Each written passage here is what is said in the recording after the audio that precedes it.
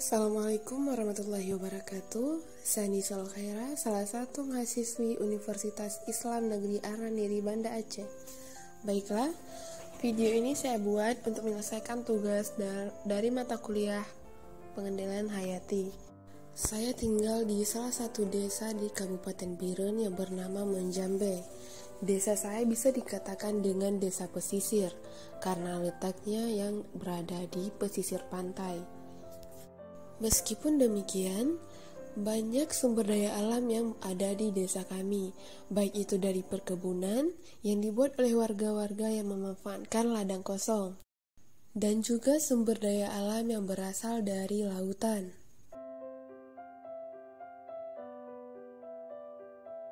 Yang menjadikan sebagian besar masyarakat di desa saya berprofesi sebagai nelayan.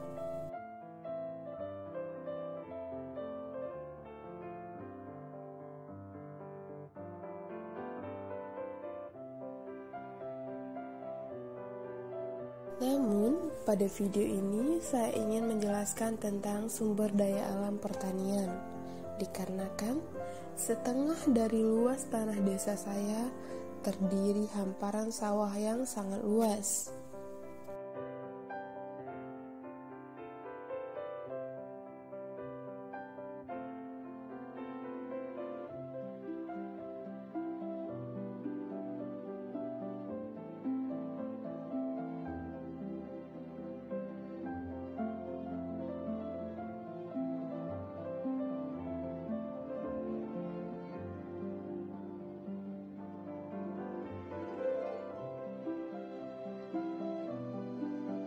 Sehingga selain berprofesi sebagai nelayan, di kampung saya juga didominasi oleh para petani dikarenakan hamparan sawah yang begitu luas.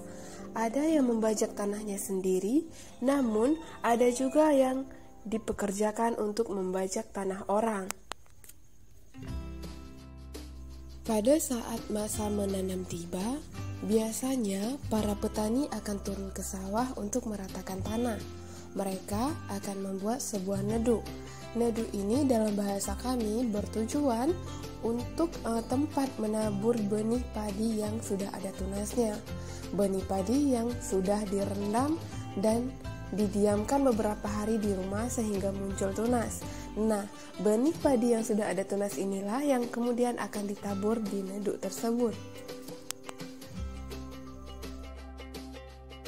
Namun, ada beberapa hal yang membuat panen para petani ini gagal. Di antaranya, ada beberapa sawah yang terletak memang di batas pesisir pantai, sehingga di saat terjadinya abrasi, air laut akan masuk ke dalam sawah, sehingga terjadinya perbedaan air yang berada di dalam sawah dengan tingkat garam yang tinggi, sehingga menyebabkan padi-padi para petani ini mati ataupun hasil panennya tidak sesuai dengan keinginan.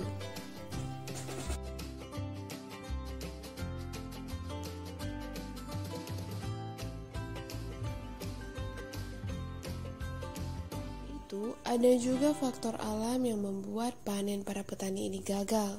Salah satunya adalah angin kencang dan hujan lebat, di mana saat terjadinya angin kencang dan hujan lebat ini, padi-padi yang sudah siap untuk dipanen akan jatuh ke tanah dikarenakan tidak kuat menahan angin yang kencang dan juga menahan biji-biji padi yang sudah berisi.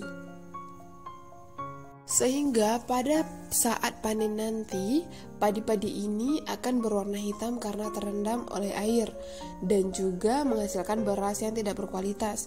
Sehingga para pembeli padi kemungkinan besar tidak akan membeli padi-padi petani yang memiliki ciri-ciri demikian, sehingga mereka mengalami kerugian.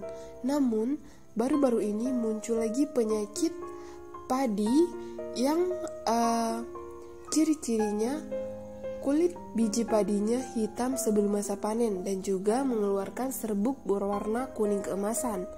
Para petani menyimpulkan penyebab dari penyakit ini adalah karena pemberian pupuk yang berlebihan. Namun sampai saat ini belum ada kepastian apa penyebab dari penyakit padi tersebut.